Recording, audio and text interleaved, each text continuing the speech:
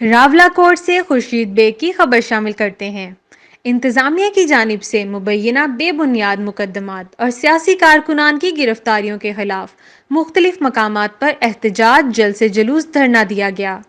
थोरार में पुलिस और इंतजामिया की तरफ से आम शहरियों की मुबैना तजलील, गासबाना रवैया और गैर कानूनी इकदाम के खिलाफ आवाज़ उठाने पर आम शहरियों के खिलाफ झूठी और बेबुनियाद FIR दर्ज करने AJKLF और JKNSF के कारकुनान की गिरफ्तारी के खिलाफ मेन चौक में एहतजाजी मुजाहरा किया गया।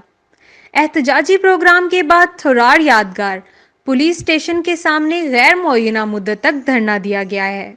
शुरका का कहना है कि जब तक हमारे मुतालबात पर अमल दरामद नहीं होता तब तक पुरअमन धरना दिया जाएगा।